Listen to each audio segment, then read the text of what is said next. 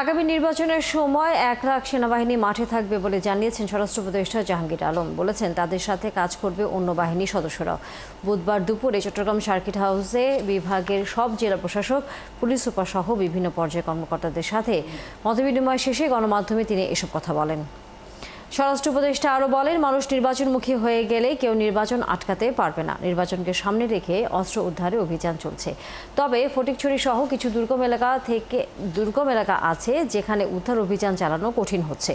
নিষিদ্ধ ঘোষিত ছাত্রলীগ ও আওয়ামী লীগের বিভিন্ন জায়গায় মিছিলের ব্যাপারে তিনি বলেন, এদের অনেককে আইনের আওতায় আনা হয়েছে। অনেকে জামিন নিচ্ছে, সামনে তারা যাতে জামিন না পায় সে ব্যবস্থা করা হবে। এছাড়া তিনি এবার শান্তিপূর্ণ ও উৎসবমুখর পরিবেশে দুর্গাপুজো অনুষ্ঠানের ব্যাপারে সবাইকে সতর্ক থাকার নির্দেশ দেন।